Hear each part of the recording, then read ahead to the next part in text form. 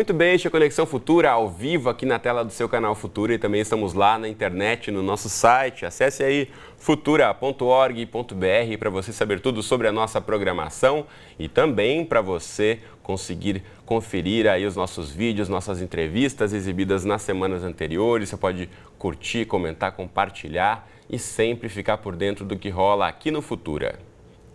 Bom, e cresceu a desigualdade entre homens e mulheres no mercado formal de trabalho, segundo informações da pesquisa Estatísticas de Gênero do IBGE, o Instituto Brasileiro de Geografia e Estatística.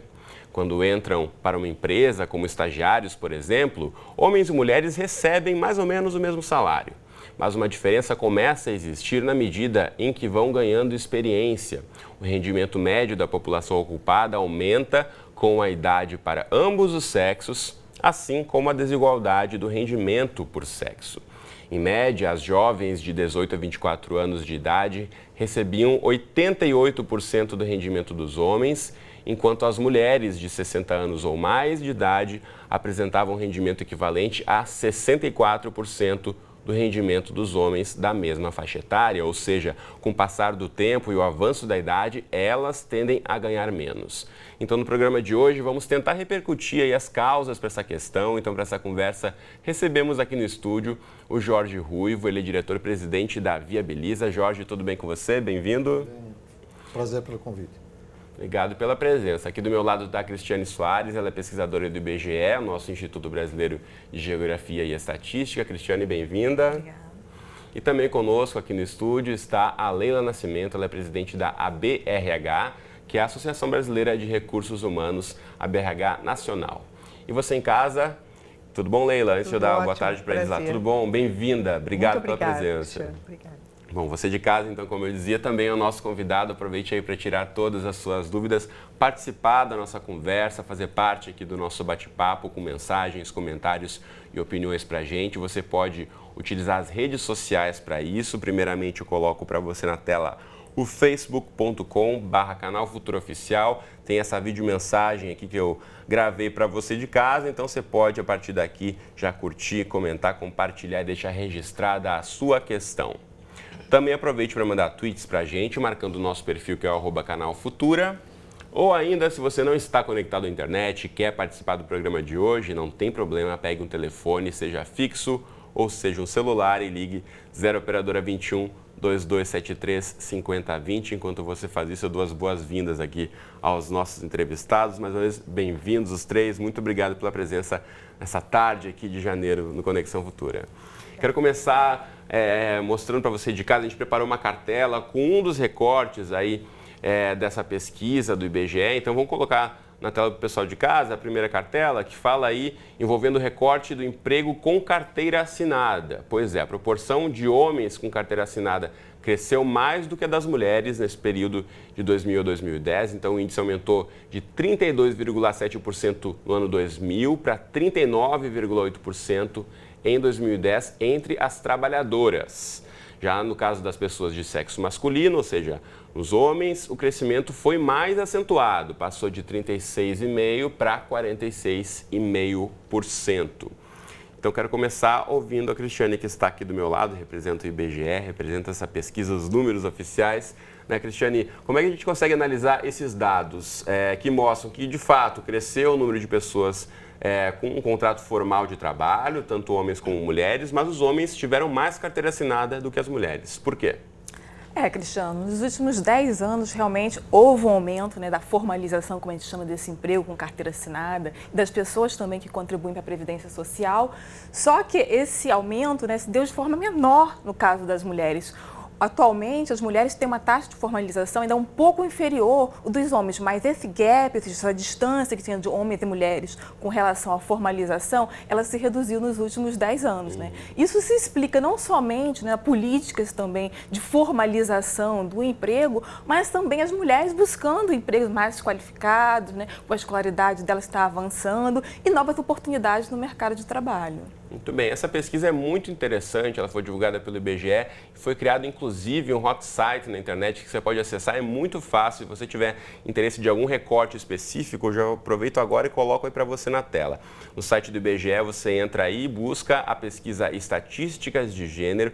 Aqui tem os temas que você pode selecionar, tem os indicadores também, as áreas, que são muitas, que foram as pesquisadas aqui ao longo da pesquisa. Então, não deixe de entrar aí no site do IBGE e saber tudo sobre essa diferença aí entre homens e mulheres no mercado de trabalho. Inclusive, mesmo você não trabalhando com números, você de qualquer área que for, conhecendo essas informações, isso pode ajudar você aí, seja numa entrevista ou seja no dia a dia da sua profissão. Quero saber do Jorge, como homem e como homem que trabalha, como é que percebe essa presença das mulheres no mercado de trabalho, esses dados que mostram aqui, né, a formalização das mulheres aumentando, assim como a dos homens, mas a delas menos do que a deles. Olha, Cristiano, a minha opinião é a seguinte, eu já trabalho na área de organização e recursos humanos como consultor há 27 para 28 anos. A minha percepção é que as mulheres vêm ocupando uma posição importante na área de trabalho, em todas as atividades, até em operações que eventualmente era mais focado para homens. Você pega qualquer uma delas, motorista de caminhão, por exemplo. Tem algumas transportadoras que já estão usando mulheres como motoristas de caminhão. É o que antigamente se diziam, essa é a profissão de homem e essa é a profissão de mulher. Hoje em dia isso está cada vez mais chegando ao fim, felizmente, né? O que importa, na verdade, é a capacitação da pessoa, a vontade dela trabalhar naquela área. Eu acho que tem um fato importante também, assim, né? O homem está sendo menos machista, ele está dividindo mais as condições do lar, né, de cuidar de uma criança, de ajudar na casa, e isso tem dado mais espaço para a mulher acabar fazendo da sua profissão uma realização, que hoje é importante. A maioria das famílias não podem se calcar mais só com o homem trabalhando. Então, isso eu acho que tem gerado essa grande transformação. Leila, como mulher e também como especialista em recursos humanos, como é que você avalia esses dados que a gente apresentou agora? Em primeiro lugar, fico super feliz com esse crescimento da formalização da mulher no mercado de trabalho, que é algo que, culturalmente, o Brasil custou a despertar e acordar para essa importância da oportunidade igualitária. Mas eu dou um corte aí nessa pesquisa com relação ainda às mulheres estarem no índice de crescimento inferior ao dos homens. Eu vejo que há um processo ainda das mulheres de escolha com relação ao mercado de trabalho. Eu vejo também uma mulher muito seletiva nessa escolha, até por essas abordagens que foram faladas, com relação à multitarefa da mulher. Tanto que na pesquisa aponta que há um crescimento das mulheres no empreendedorismo, não é? Porque, na verdade, as mulheres tendo que conciliar, principalmente as mulheres de uma faixa de renda média, numa faixa de renda baixa, onde ela, e a pesquisa mostra, ela é o pai de família, ela tem que buscar alguma profissionalização que também ajude nessa subsistência, mas também nessa assistência em casa. Porque, imagino eu, e quero saber a opinião de vocês, muitas vezes a estrutura da empresa não consegue absorver as demandas de uma mãe solteira, por exemplo, que é chefe de família e tem uma, duas crianças. Fica mais difícil numa estrutura formal de uma empresa conseguir administrar isso. Então, por isso, talvez, elas sejam mais empreendedoras do que os homens? Perfeitamente. Além da característica da mulher, né, de capacidade de empreender, isso tem demonstrado também, mas essa questão da escolha, porque ela tem que optar. Né? É muito difícil, não há ainda no país, vamos nos dirigir à parte das creches, né? Não há ainda no país creches suficientes que deem suporte à mulher no seu trabalho. Então, tem que se fazer uma escolha e tem que se conciliar nessa escolha, e a mulher tem muito desse papel. Muito bem. Uma outra cartela que a gente separou aqui com os dados para apresentar para você de casa, a gente vai colocar aí para você, são as maiores diferenças salariais que estão no setor de serviços. Então, a gente está falando aqui de áreas diferentes, né? Nos serviços, as mulheres recebem 53,2% do rendimento médio dos homens. Já na área da saúde e bem-estar social, o percentual de rendimento médio é de 55,6%, além da área de agricultura e veterinária, em que a razão aí é de 62,5%. Esses 3 setores são os principais, tem vários outros, enfim, esses estariam ali no topo da lista dessa diferença dos salários. A questão dos serviços a mim surpreendeu, Cristiane. De certa forma, a gente vê muitas mulheres atuando no setor de serviços, agora aqui a pesquisa mostra que elas não estão sendo tão bem remuneradas como os homens. Na verdade, né, essa desigualdade de rendimentos que a gente mostrou nesse estudo foi com relação à área de formação das pessoas. Porque, embora tenha um avanço, como o Jorge apontou muito bem, em outras áreas, principalmente em nichos masculinos, né, mas a gente ainda verifica que as mulheres estão muito concentradas em áreas tradicionais, voltadas como a educação, né, os serviços sociais, na área de humanas. E nessas áreas em que há uma maior concentração de mulheres, o rendimento médio delas no mercado de trabalho é inferior, né? E nessas áreas, ou seja, elas são concentradas também no setor de serviços. Então, de acordo com a formação, a gente verifica o quê? Que também a escola tem um papel importante, porque embora elas sejam hoje mais escolarizadas, mas quando elas vão para o mercado de trabalho, elas ainda têm que conciliar a função social dela como mãe, esposa, como bem falou, né? Mas também tem que, o quê? Que optar, adaptar essa situação, né? E também as mulheres, o quê? Ela cada vez mais, o orçamento dela, ou seja, o rendimento dela, contribui para o orçamento familiar. Então, entre conciliar, né, trabalho, as funções sociais e essa importância cada vez maior, essa exigência, né, que as mulheres vão para o mercado de trabalho, porque as estatísticas mostraram um dado muito interessante. Ou seja, há 10 anos atrás, em 2000, a contribuição do rendimento médio das mulheres no rendimento familiar era de 33%. Em 2010, essa contribuição passou para 41%. Ou seja, então, mostra o quanto é fundamental o rendimento das mulheres em casa. Mas elas, ao mesmo tempo, têm que conciliar, porque está tendo um avanço na educação, um avanço no mercado de trabalho, mas as funções sociais ainda são quase que exclusivamente, né, das mulheres.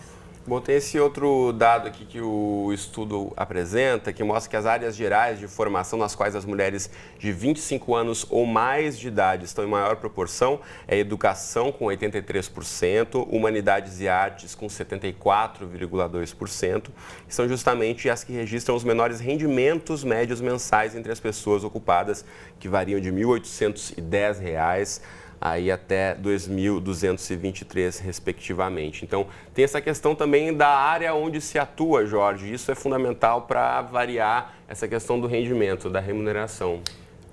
Cristiano, e até fazendo um complemento do que a Cristiane está colocando, assim, qual que é a minha visão?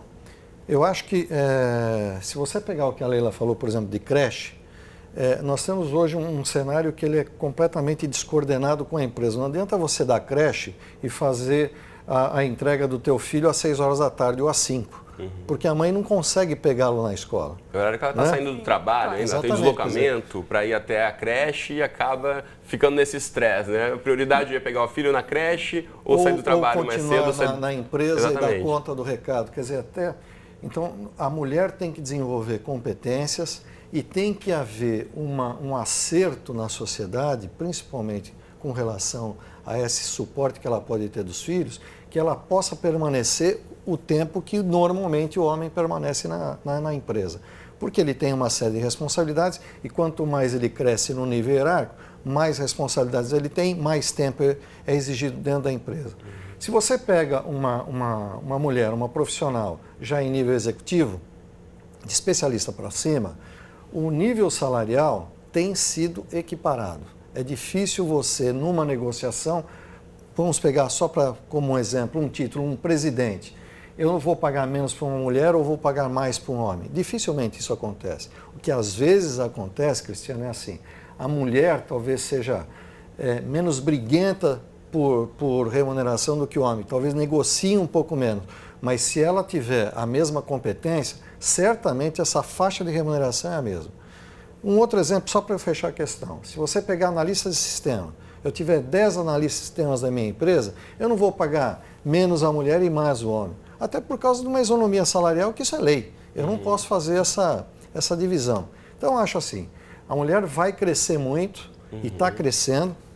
Só para pegar também a área da Leila aqui, se você pegar hoje, sem medo de errar, 60% ou mais dos profissionais de RH são mulheres. Há 20 anos atrás, isso era exatamente ao contrário. Quer dizer, então o homem vem perdendo espaço dentro das empresas e oportunidade porque as mulheres vêm avançando. E vêm avançando com competência. Muito bem.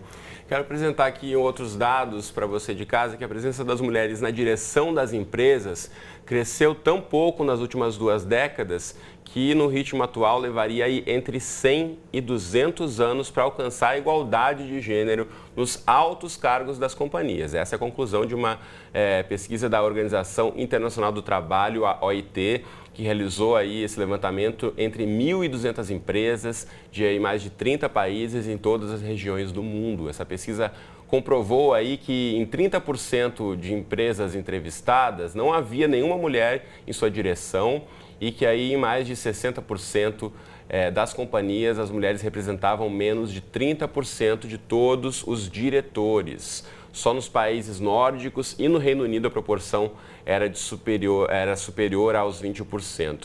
Já em países latino-americanos como o nosso Brasil e o México, se encontram aí no grupo de países onde as mulheres ocupam entre 5% e 10% dos assentos nas direções. Ou seja, quando vai chegando lá no topo da cadeia, como disse o Jorge, a remuneração pode ser até equiparada, mas elas chegam menos ao topo da cadeia dentro das empresas em comparação com os homens. E aí surge uma dúvida, Leila, as mulheres podem ser preteridas em relação a chegar a um cargo de direção, a presidência de uma empresa, por conta dessa situação que a gente está falando aqui, da divisão de tarefas em casa, de cuidar dos filhos, de também ter outras prioridades, que não sejam prioridades para os homens, a família e os filhos, mas que a mulher, de certa forma, acaba abarcando mais essa responsabilidade, né? Não, eu vejo que é um processo mesmo de conquista de mercado. As mulheres, quando começaram no mercado de trabalho, já havia, né, um grupo do sexo masculino atuando, adquirindo experiências. E algumas pesquisas mostram, até aqui no Brasil também, que daqui a 10 anos nós teremos um número considerável, até penso um pouco sobre essa que foi apresentada, um número considerável de mulheres nos altos cargos consecutivos por esses estágios que a mulher passa, tanto de formação quanto de experiência, quanto de capacitação e habilidades para os cargos, e ela então tende a alcançar um maior número. Um fato interessante da mulher em cargos diretivos, por exemplo, é a rede bancária, que absorve também um número grande de mulheres em cargos executivos. Agora, eu queria tocar só um pouquinho na questão dos serviços, porque eu vejo que como as mulheres, a área de serviços é uma área muito de suporte e tem áreas muito especializadas, por exemplo, suporte na área de engenharia, suporte na área de equipamentos pesados. E como as mulheres se dedicaram mais à questão da educação e à questão da área humana, talvez ela fique em áreas que sejam áreas que não são atividades fim, mas atividades meio na área de serviço, uma área administrativa, e isso pode causar essa diferença salarial. E também eu vejo essa diferença salarial muito porque se a educação está muito ligada à rede pública, aos salários dos professores, se é medicina, a parte pública, né, dos médicos, das áreas de saúde. Então, também eu vejo que é uma análise que deve ser feita com relação à área de serviços. Muito bem. Você de casa ainda dá tempo de mandar o seu recado para a gente pelo Facebook, pelo Twitter ou pelo telefone. Eu quero aproveitar aqui e dizer que está na tela o contato do Facebook, já vai entrar do Twitter e do telefone, então mande esse recadinho rapidamente para a gente. Já estamos chegando na reta final, mas ainda há tempo. Tem aqui o recado do Fábio Ribeiro, lá do Rio Grande do Sul. Muito obrigado, Fábio, pela companhia. Ele dá os parabéns à nossa discussão aqui, então estão todos de parabéns. Ele disse que o tema tem que ser mais debatido, porque a desigualdade social com as mulheres ainda é muito grande e os dados do IBGE, de fato, comprovam isso. Está aí as palavras do Fábio, nós aqui concordamos, de fato, esse levantamento é importantíssimo e quanto mais a gente estudar esses recortes e detalhes que a pesquisa aponta, é importante a gente pensar aí no que fazer e onde mais cobrarmos, né, do nosso poder público para que seja melhor oferecida uma estrutura, seja para as creches, onde as famílias possam deixar as crianças, seja na formação também, né? Como eu disse no começo do programa, as mulheres já são maioria no ensino superior, aí 57% das matrículas nas universidades brasileiras são de mulheres, os homens já perderam essa maioria e que por muito tempo foram maioria nas universidades, mas apesar disso, né, no rendimento ainda elas são bem atrás traz, né, Cristiane? Isso aparece também a questão da formação. As mulheres também, mesmo na educação básica, na conclusão do ensino médio, elas estão à frente dos homens. Sim, a gente até disse que a educação, de certa forma, não é um problema para as mulheres, né? Que elas estão numa posição de vantagem. Mas é interessante que tem reduzido, assim, nos últimos 10 anos, a gente verificou que reduziu um pouco essa desigualdade de rendimento entre homens e mulheres. Mas essa redução tem sido muito lenta. Por exemplo, em 2000, elas recebiam cerca de 65% do rendimento médio dos homens. Em 2010, passou para 68%. No mercado de trabalho, é um pouco menos desigual, 74%. No entanto, como é que a gente explica isso?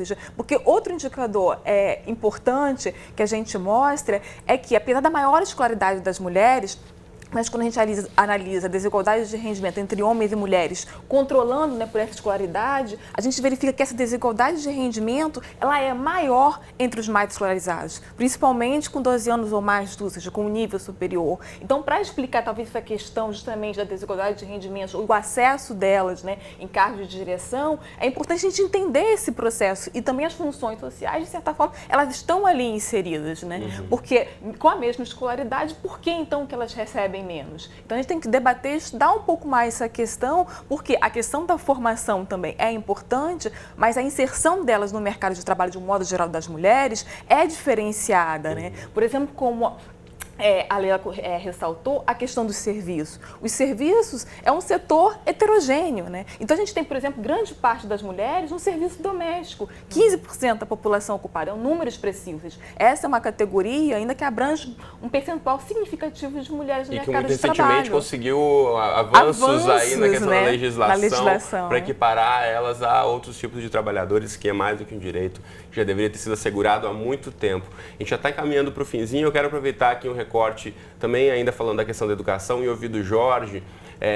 A gente sabe que os homens acabam não concluindo tanto o ensino médio porque saem mais cedo da escola para entrar no mercado de trabalho, as mulheres concluem mais, mas entram um pouco depois. O que isso, no mercado mesmo, né, você que trabalha com consultoria, junto às empresas, como é que isso se dá lá na frente? Essa falta de estudos dos homens, mas talvez essa falta de experiência das mulheres, isso acaba influenciando de alguma forma? Olha, assim, eu até vou fazer um contraponto em cima do que está sendo colocado. Eu acho que é uma questão de cultura, mas cultura fundamentada. E você está falando do Brasil, que é um país, que são vários países dentro de um só. Se você for para uma região como Tocantins, que foi até citada na pesquisa, você tem uma realidade. Tocantins é uma das regiões, ou é o estado onde há maior desigualdade entre homens e mulheres no mercado de trabalho em termos de remuneração. E aí você pega, por exemplo, o Centro-Sul, né, ou o Sul, onde você tem a maioria das empresas, onde essa distinção ela já não cabe mais. Né? Eu acho que se você tiver o analfabetismo ainda funcional, vigorando no Brasil como vigora, nós vamos continuar com problemas. Se você tiver uma formação mais profunda, de melhor qualidade, e você dá competência, certamente essa desigualdade ela se extingue em pouquíssimo tempo. Agora, o que a gente precisa é você formar melhor as pessoas e ter uma mão de obra melhor qualificada. Sem dúvida. Só para fazer uma comparação, em qualquer país que você vá, principalmente Europa e Estados Unidos, e a gente já andou pesquisando sobre isso, aonde tem 5 ou 10 brasileiros, lá tem 2, com nível de eficiência muito maior e com um custo de encargo social muito menor que o Brasil. Então, a mão de obra no Brasil ela é cara e ela é ineficiente, de forma geral, evidente. Né? Então, este trabalho é que tem que ser feito. Feito isso, Cristiano, certamente nós não vamos ter mais desigualdade. Muito bom. Deixa eu aproveitar e mostrar para você de casa o site da Viabiliza, onde você pode ter outras informações aí sobre soluções empresariais, viabilizacomw.com.br, o site que está aí na sua tela. Também aproveito para mostrar para você o site que a gente divulga com muita frequência aqui no Conexão, que é o da Associação Brasileira de Recursos Humanos, da BRH Nacional. Aqui você consegue saber mais sobre produtos e serviços e também sobre formação, já que a gente fala tanto aqui em educação, né, Leila? A BRH também trabalha junto a várias entidades para formar melhor o profissional para chegar no mercado de trabalho melhor preparado. Perfeitamente. A BRH está em 22 estados e como nós somos profissionais de recursos humanos, nós estamos lidando com esse dia a dia no mercado, nós é que recebemos esses trabalhadores, nós é que trabalhamos a parte de capacitação dentro das organizações, nós que auxiliamos a empresa na questão da produtividade, que infelizmente o nosso país ainda não está, né, no nível que nós gostaríamos. Então, é muito importante a questão da formação. Quando a gente fala da questão do ensino superior, somos o país que incentivamos demais o ensino superior, esquecemos do ensino técnico. Talvez esse desnível que nós estamos proletarizando pessoas, colocando nas organizações pessoas de ensino superior, quando seria um perfil ainda do ensino médio. Enfim, médio do técnico. Ou técnico, ou Muito até mesmo bem. a parte do fundamental profissionalizante também, que nós já temos. Muito bom. Então, com essas reflexões, a gente encerra a conexão de hoje. Leila, Jorge e Cristiano, foi um prazer recebê-los aqui hoje. Muito obrigado. Você de casa, obrigado pela companhia de sempre. Eu te espero aqui, então, de segunda a sexta, ao vivo, às 2h30 da tarde. A gente vai ter representações também, 00:30 e 7h30 da manhã. Ou então, qualquer hora do dia e da noite, teremos aquele encontro marcado lá no site do Canal Futura. Um abraço para você e até a próxima.